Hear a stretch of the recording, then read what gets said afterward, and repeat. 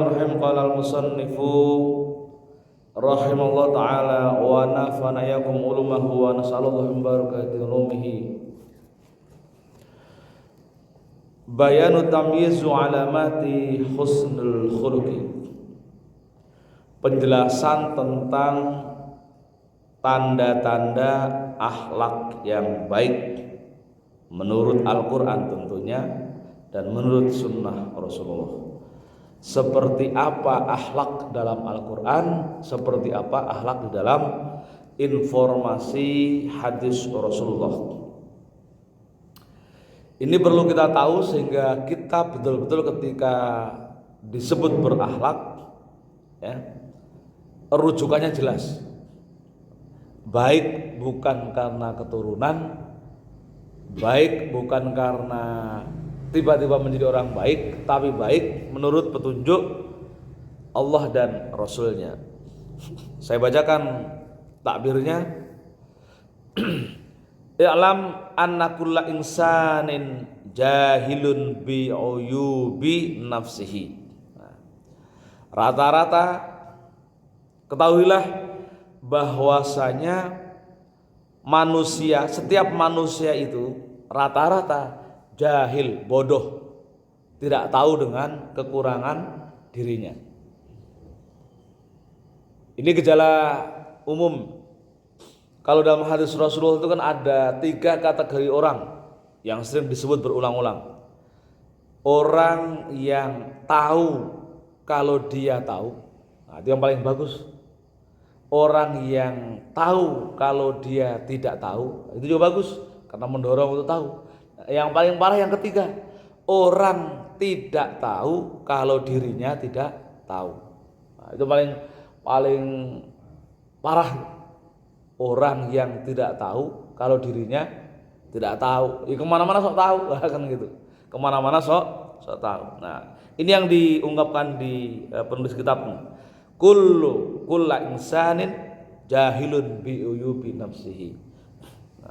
Maka nanti kemana-mana sombong karena merasa tahu kan, ngomong kemana-mana, ngasih tahu ke orang kemana-mana, karena merasa tahu padahal dia tidak tahu. Nah, jadi tidak tahu kalau dirinya tidak tahu. Fa'idan jahid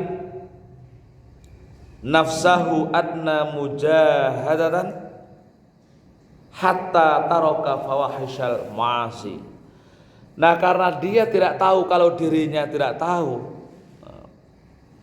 maka setiap dari kita dianjurkan untuk berusaha maksimal mungkin memperbaiki akhlak kita, atau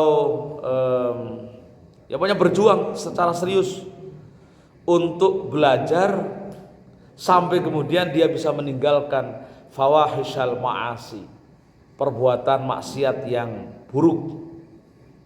Ya, namanya maksiat itu buruk, tapi ini fawahishal ma'asi,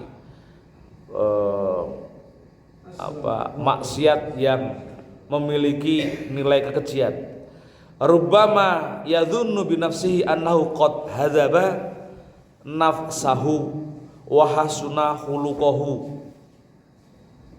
Semoga dia akan bisa mengkilapkan jiwanya, membersihkan emosinya, dan memperbaiki akhlaknya. Jadi secara perlahan-lahan memperbaiki akhlaknya.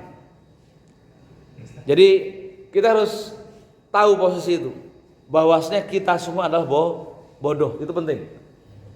Sudah di hasil penelitian begitu, bahwasanya kita bodoh.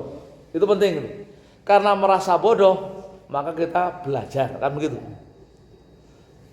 Kalau ini yang berkali-kali saya sampaikan, Rasulullah itu kan ngiming-ngimingi ya, betul gak? Ada ngiming-ngimingi, Pak? Ngiming-ngimingi, ngiming-ngiming gitu? Memotivasi lah. Memotivasi dengan beberapa informasi yang orang itu biar kita belajar, kan gitu ya. Yang semalam saya sampaikan, man ghada ilal masjid la yuridu liyata'allamahu aw yu'allimahu khairan fakana lahu ajruhu ka ajri hajin tamat. Ini salah satu iming-imingan Rasulullah bahwasanya orang yang bersegera niat betul pergi ke tempat-tempat majelis taklim, ke masjid, niatnya untuk belajar atau mengajar, maka baginya pahala seperti pahala melaksanakan haji tamam. Itu kan iming-imingan Rasulullah itu menyampaikan pesan Allah, disampaikan ke umatnya agar rajin menuntut ilmu. Itu penting biar bodohnya berkurang. Ada lagi yang lain kan yang sering saya sampaikan itu. Jadi kita kalau sekali lagi kita kalau tiap hari minggu pergi sengaja nungguin kan gitu ya, biar ngaji pahalanya pulang kita dapat pahala haji tahun Pak RW ini. Serius, walaupun subuhnya di sono kelari ke sini berarti serius niat gitu kan, itu pulang dari sini dapat pahala haji tam. Ada lagi yang lain kan, motivasi Rasul itu begitu, memotivasi agar orang tidak pernah, jangan sampai berhenti menuntut ilmu. Yang lainnya misalkan kan, huzurul alim khairum min sholati alfi raqatin. Huzurul alim itu menghadiri orang alim, maksudnya ngaji ya, bukan ke rumah orang alim. Ini sering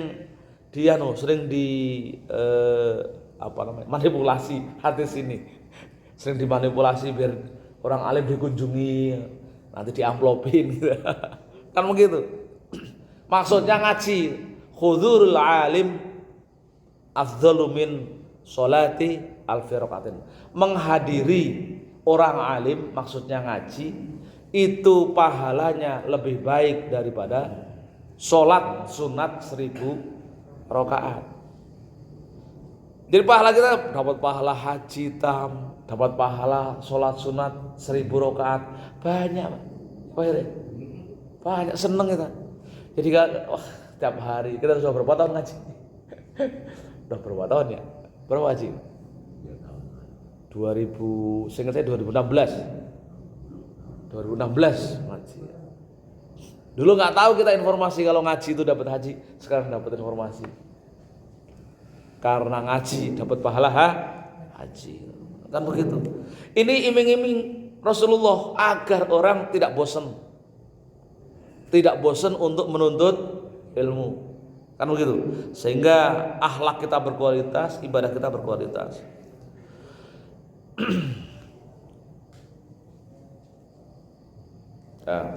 Wastaghna 'anil mujahadati falabudda min isahi alamat husnul khuluqi fa inna husnul khuluqi huwal iman. Nah, puncaknya baiknya akhlak atau akhlak yang terbaik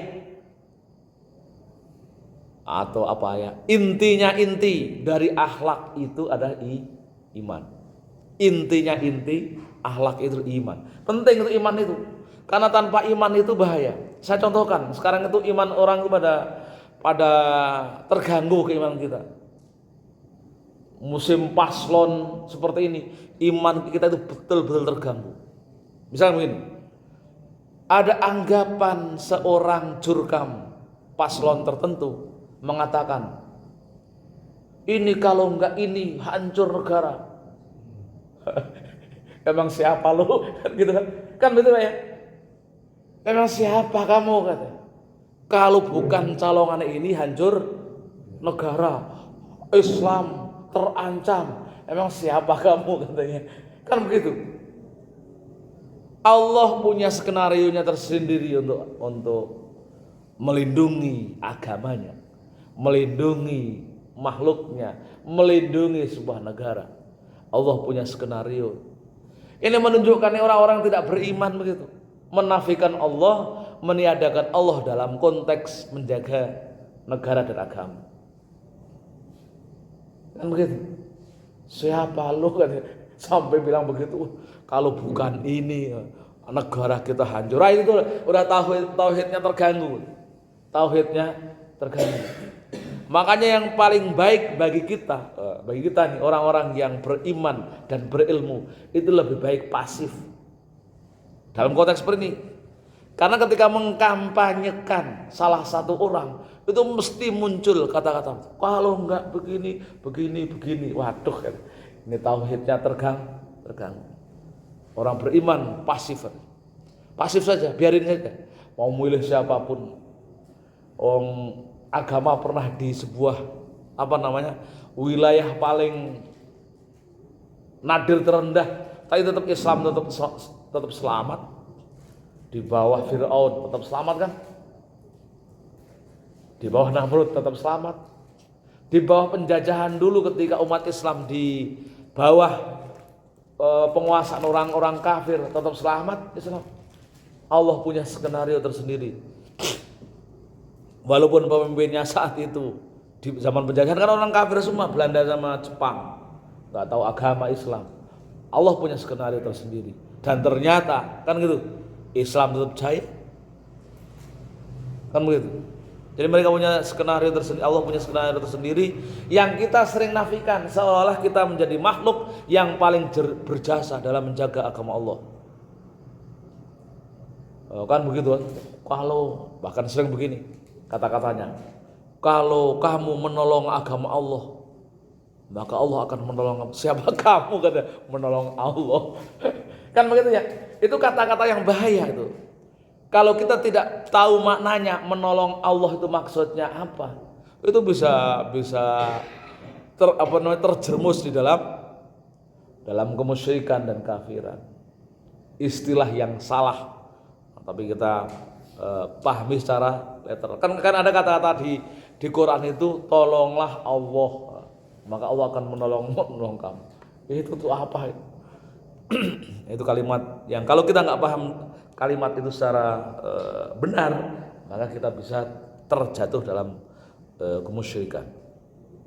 Nah, kita sebut jadi puncak dari akhlak yang baik adalah al-iman, iman. Jadi iman yang benar itulah yang akan menjadikan kita punya akhlak yang baik.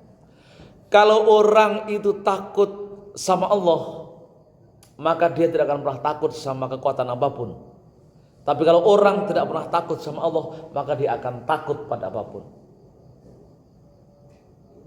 Takut sama Allah, maka dia tidak akan pernah takut pada apapun. Entah itu ketika menghadapi kehidupan, mencari rizki dan lain sebagainya, tidak pernah takut. Tapi kalau orang tidak takut sama Allah, maka dia akan takut melakukan apapun. Takut lapar, akhirnya korupsi, kan begitu kan? Tidak takut sama Allah kan begitu. Takut lapar, akhirnya korupsi. Takut miskin, akhirnya melakukan penyimpangan. Jadi puncak dari husnul khulq huwal iman, wa su'ul khulqi huwan nifaq, dan buruknya akhlak itu adalah kemunafikan. Munafik katanya iman, tapi pada hakikatnya dia tidak iman. Keburukan. Puncak dari keburukan adalah kemunafikan. Nah, kita lihat bagaimana gambaran sifat orang-orang yang husnul khulq menurut Al-Quran. Saya bacakan beberapa ayat ya. Contoh orang-orang yang dianggap berakhlak baik. Bismillahirrahmanirrahim. Qala Allah Ta'ala fi kitabil karim, qad aflahal mu'minun. Sungguh berbahagia orang-orang yang beriman. Siapa itu orang-orang beriman? Alladzina hum fi sholatihim khashi'un. Orang yang sholatnya khusyuk. Jadi Allah menginformasikan kalau kita sholat, kita termasuk menjadi orang yang berbahagia. Kalau pertama, hum fi sholatihim khashi'un. Sholat dengan khusyuk. Maksudnya apa? Sholat dengan khusyuk itu tidak harus selalu ketika sholat merem-merem gitu ya. Merem-merem sampai, bukan. Di khusyuk itu artinya kan ketundukan, penuh dengan ketundukan.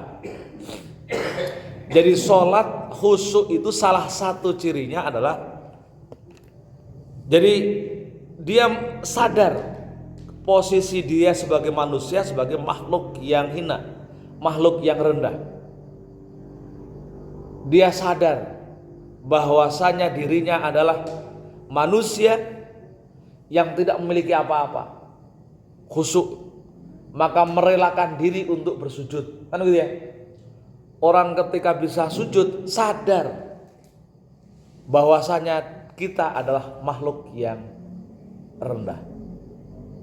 Maka berbahagialah kita sebagai umat muslim mukmin yang pernah bersujud, harus bahagia.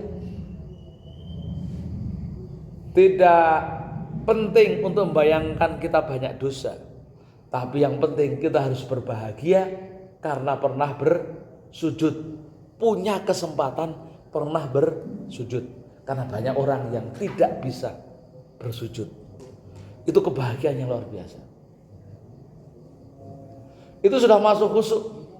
Bahagia bersujud, itu masuk khusyuk. Jadi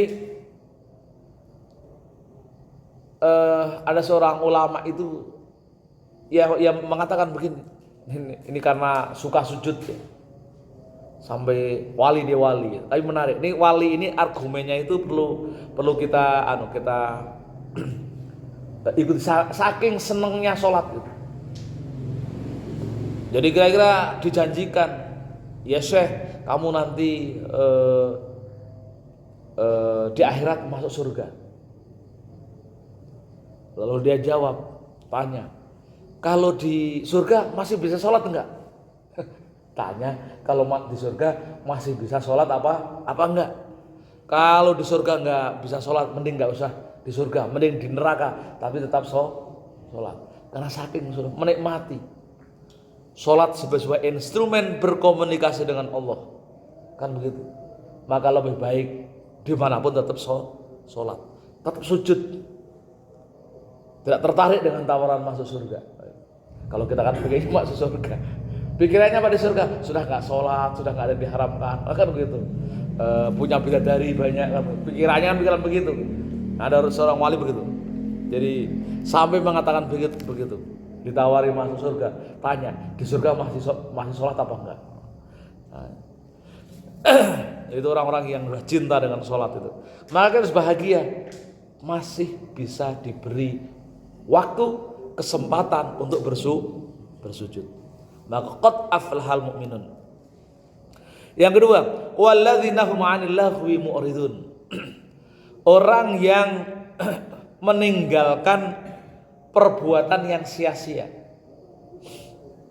Sudah bisa memilah mana perbuatan yang bermanfaat dan mana yang tidak. Ini ciri yang kedua. Jadi cekak cekiki nggak ada manfaatnya gitu misalkan, sudah bisa meninggalkan, itu level tinggi. Tapi juga ada yang kiai yang menjelaskan begini, meskipun terlihat sia-sia, tapi kita harus mikirnya bagaimana kemudian itu tidak sia-sia. Misalnya begini, orang tuh sampai malam begadangan, ngopi-ngopi, ngobrol cekak cekiki, itu kan lebih baik daripada kita pergi ke diskotik, kan begitu ya. Pergi di diskotik kan, atau minum-minuman, itu adalah sebuah jadi meninggalkan perbuatan mubah terlihatnya, tapi pada hakikatnya dia sedang meninggalkan perbuatan haram, kan begitu ya. Jadi kita ini ada yang menjelaskan, jadi ternyata walaupun kelihatan logo cekak cekiki, ngopi, ngerokok sampai begadangan tengah malam, itu terlihat mubah, tapi pada hakikatnya dia sedang meninggalkan perbuatan haram. Bayangkan kalau ke pelacuran, gara-gara ngerokok, ngerumpi, cekak cekiki, dia meninggalkan maksiat, kan begitu. Jadi bersyukur juga kita itu masih sempat begitu, karena daripada pergi ke tempat maksiat. Maka orang ada wali yang dikenal mendapatkan status kewaliannya itu karena apa? karena banyak tidur. Menjadi wali karena banyak tidur. Tapi jangan diikuti ya. Kan ketemu di akhirat, loh kamu bukannya yang sering banyak tidur. Jadi orang itu mendapatkan status kewaliannya kenapa? Dengan tidur lalu mendapatkan status kewalian. Karena tidurnya dia pakai ilmu. Dia mengatakan, ya ada dua orang, satu mendapatkan status kewaliannya karena banyaknya ibadah, satunya mendapatkan status kewaliannya karena banyak tidur. Yang tidur itu berhusnudzon, Allah itu maha pengampun, maka dia tidur aja, nggak usah banyak sholat. Allah itu sayang pada hambanya, pada makhluknya, maka pasti dimasukkan surga. Husnudzon itulah yang kemudian rahmat Allah tuh turun. Tapi sebaliknya ada yang orang ibadah terus karena takut karena takut disiksa ya. Dia khusudzon, bahasanya suudzon, takut disiksa. Jadi yang ibadah terus itu pikirannya takut disiksa, maka ibadah terus, beristighfar terus. Suudzon, enak yang mana? Lebih sering tidur atau banyak sholat? Jadi husnudzon pada Allah bisa menurunkan rahmatnya. Itu penting itu. Maka ketika kita sholat, lagi-lagi bayangannya jangan membayangkan kita banyak dosa. Itu sehingga khusyuk.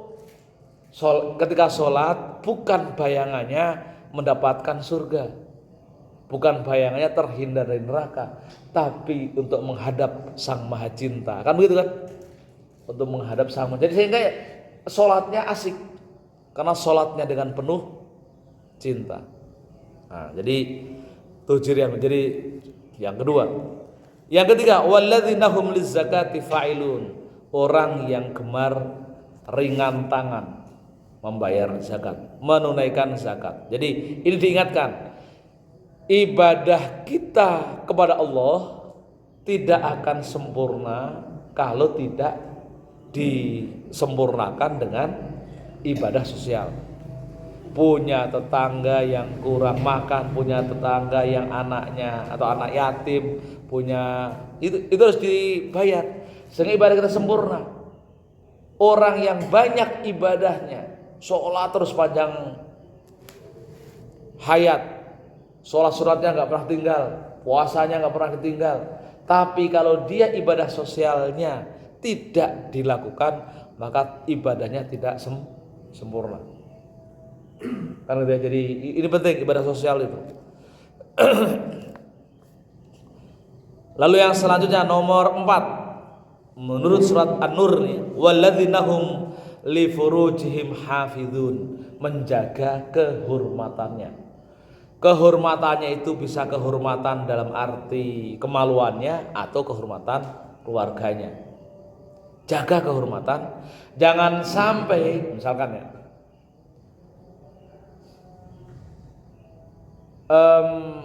terjadi di keluarga kita kehormatannya tercoreng. Misalkan kita punya anak, ya kita selalu tetap berikhtiar. Anak misalkan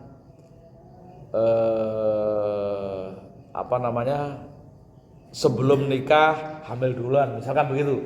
Itu kan tidak menjaga kehormatan, tidak berusaha menjaga kehormatan. Atau kita sendiri bepergian ke tempat-tempat pelacuran misalkan, itu kan tidak menjaga kehormatannya.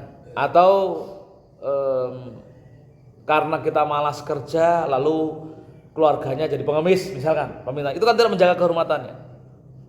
Kan gitu. Jadi menjaga kehormatan dirinya dan keluarganya itu bagian dari ciri-ciri orang yang beriman, orang mukmin yang berbahagia. Lalu faman ibtagha wara'a dzalika faulaika humul adun walladzina hum li amanatihim wa ahdihim raun. Lalu yang selanjutnya adalah orang yang menjaga amanah dan janjinya. Punya amanah sebagai kepala keluarga, ya laksanakan amanah. Amanah itu hanya pemimpinnya. Tapi paling terendah adalah kita diberi amanah punya fisik yang masih punya rambut, masih punya usia. Jaga badan itu. Jangan sakiti badan kita. Itu menjaga amanah terhadap diri kita. Kita punya keluarga. Ya selain menjaga fisik, jaga keluarga kita. Kita sebagai pemimpin. Kita sebagai pemimpin kampung, RT, RW, amanah, jaga amanah. Sampai kemudian sebagai lurah, camat, sampai kepala negara. Nah, itu termasuk orang mukmin yang berbahagia. Tapi yang paling terendah kita sebagai diri kita diberi amanah punya badan, maka jaga badan itu agar tetap sehat. Kan begitu. Ya kalau kemudian sakit ya yang penting kan kita sudah ikhtiar menjaga apa yang diberikan oleh Allah. Nah, maka kemudian ayat terakhir walladzina hum ala sholawatihim yuhafidun. Tadi sudah bisa sholat khusyuk. Yang terakhir ciri orang beriman adalah orang yang konsisten tetap mendirikan sholat, jaga sholatnya. Kalau yang ditentukan minimal sholat 5 waktu, jagalah minimal sholat 5 waktu. Insya Allah aman.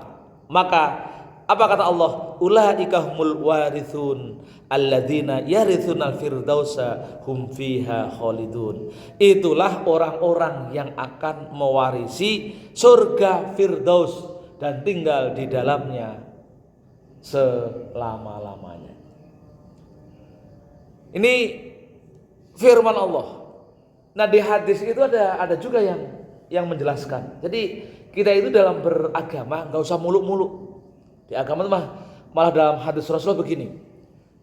Ayyumam ra'atin idza shallat khamsaha wa siyamat shahraha wa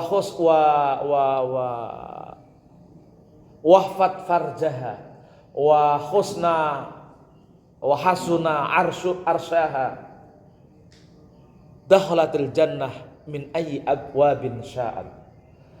Siapapun yang penting sudah sholat 5 waktu, jaga 5 waktu aja, nggak usah banyak-banyak. Ya kalau bisa nambah itu kan sunat-sunat ya, 5 waktu. Lalu puasa sebulan Ramadan, lalu menjaga kehormatannya, wahfat farjaha, menjaga kehormatannya, lalu wahasuna arsyaha, menjaga keluarganya, merawat keluarganya. 4 itu aja. Haji nggak masuk, umroh nggak masuk Pak. Haji nggak masuk, umroh nggak masuk. Itu 4 aja. Dakhalatil jannah min ayyi abwabin sya'at. Bisa masuk surga lewat pintu manapun. Kan gitu ya, lewat pintu manapun. 4 saja. Jadi menjelaskan firman Allah ini tidak perlu berlebih-lebihan beragama, sewajarnya saja. Insya Allah bisa kita mewarisi Jannatul Firdaus khalidina fiha. Ayat yang lain untuk menggambarkan ciri-ciri orang yang berakhlak baik.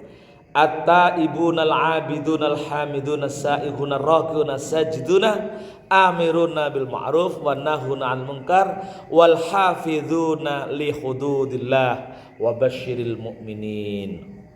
Jadi orang yang suka bertaubat, orang yang suka beribadah, orang-orang yang suka membaca tahmid,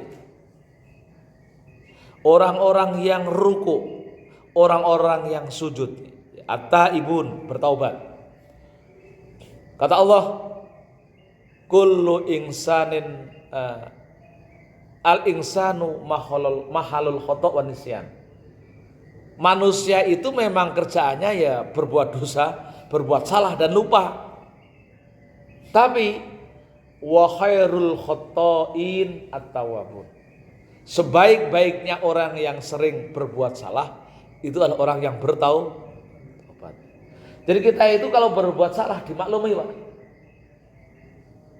Dimaklumi karena memang fitrah kita sebagai manusia yang selalu berbuat salah. Jangan dicaci maki kalau ada orang berbuat salah. Yang penting, maka kemudian Allah ingatkan wa khairul khata'in at-tawwabun. Yang penting ketika berbuat salah segera taubat. Jadi kalau dosa kalau tobat, dosa tobat. Enggak apa-apa. Dosa habis itu tobat, dosa tobat. Memang itu pekerjaan kita. Kan gitu ya. Yang penting at-taibun, termasuk orang yang rajin menyadari kalau itu salah. Kalau itu dosa. Al-abidun, orang yang beribadah, sholat tadi ya, istiqamah. Al-hamidun, orang yang memuji Allah. Kita itu kan memuji terus. Kenapa ibadah sholat itu dianggap ibadah yang terbaik? Karena di dalamnya banyak pujian. Misalkan orang ketika sholat Allahu Akbar, itu bentuk tahmid, takbir tapi memuji Allah. Allahu Akbar, kepasrahan kita. Lalu kemudian memposisikan Allah sebagai zat yang maha tinggi. Itu pujian. Lalu kabiro, maha besar engkau. Kabiro, walhamdulillah, kan itu pujian pada engkau. Wa subhanallah, maha suci engkau. Bukrotan wa asila, maha suci engkau tiap pagi dan sore, pokoknya sepanjang waktu. Tambah lagi nanti inna sholati wa nusuki wa mahyaya wa mamati lillahi rabbil alamin. Solatku, hidupku, matiku hanya untuk engkau. Itu pujian. Maka bacaan pujian di dalam ibadah solat itu adalah bacaan pujian yang terbaik. Orang yang sering solat pasti sering memuji. Ar-raki'un, orang yang ruku. As-sajidun, orang yang sujud. Itu adalah ekspresi pergerakan ibadah yang paling keren. Sudah mau ruku, sudah mau sujud. Kita sama manusia aja kalau menghormati, kan begitu kan, nunduk kan. Ini sampai kita ruku, tambah lagi sujud. Itulah pekerjaan yang paling rendah. Tapi di hadapan Allah kita melakukan pekerjaan rendah, mendapatkan posisi yang tinggi. Kan itu. Lalu amiruna bil ma'ruf, memerintahkan kebaikan semampunya, wa nahuna 'anil munkar, wal hafizun li hududillah, menjaga dalam batas-batas yang diajarkan Allah. Wa basyiril mu'minin, maka berikanlah kabar gembira kepada orang-orang mukmin seperti itu. Berikan apa itu kabar gembiranya? Ya kalau kabar gembira yang dalam jangkauan mata kita, ya masuk surga atau tidak akan disiksa nanti di akhirat. Jadi itu gambaran akhlak yang ditampilkan di dalam kitab suci. Nah, ada yang lain lagi nih. Wa qala azza wa jalla, innamal mu'minuna alladzina idza dzukirallahu wajilat qulubuhum wa idza tuliyat 'alaihim ayatuhu zadatuhum imana wa 'ala rabbihim yatawakkalun alladzina yuqimuna sholata wa mimma razaqnahum yunfikun ulaika humul mu'minuna haqqan lahum darajatun inda rabbihim wa maghfiratun wa rizqun karim. Nah, jadi orang-orang beriman, ciri-ciri ini disebut iman, idza dzukirallahu wajilat qulubuhum.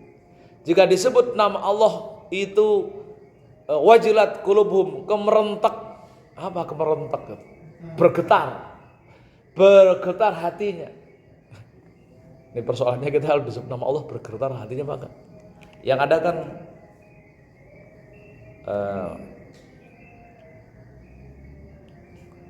kalau orang dengar musik itu waharokat arjulhum, kakinya bergerak-gerak. Gitu. Kalau ya kayak gitu seharusnya. Orang kalau senang musik dangdut, dengar musik, kakinya bergerak-gerak. Harusnya ketika kita mendengar nama Allah disebut, itu hatinya bergetar. Bergetar. Itu jadi ini level ini agak level tinggi ya. Ya tapi saya yakin kalau kita sudah istiqomah dengan ibadah, lama-lama juga muncul ketakutan pada Allah. Nah, ingat, takut pada Allah itu beda dengan takut pada manusia ya. Kalau takut pada manusia, takut pada binatang itu menjauhi. Tapi kalau takut pada Allah mendekat. Bedanya itu. Takut pada Allah, takut pada penyakit itu menjauhi. Takut pada manusia, takut pada makhluk, takut pada penyakit itu menjauhi. Tapi kalau takut pada Allah itu mendekati. Orang yang karena Allah, ketakutan pada Allah itu yang kemudian kita perlu bujuk, bahasanya bujuk, sehingga kemudian Allah sayang pada kita, maka perlu dikasih. Tapi kalau kuman kan nggak bisa dibujuk, didekati malah kena penyakit. Jadi itu ciri pertama, wajilat qulubuhum wa idza tuliyat alaihim ayatu zadathum imana.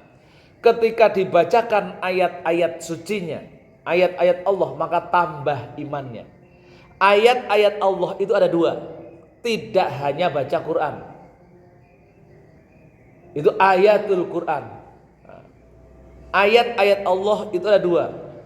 Selain yang terdapat atau diinformasikan di dalam kitab suci Al-Quran, ada yang kedua namanya ayat kauniyah. Ayat-ayat tanda-tanda kebesaran Allah di sekeliling kita.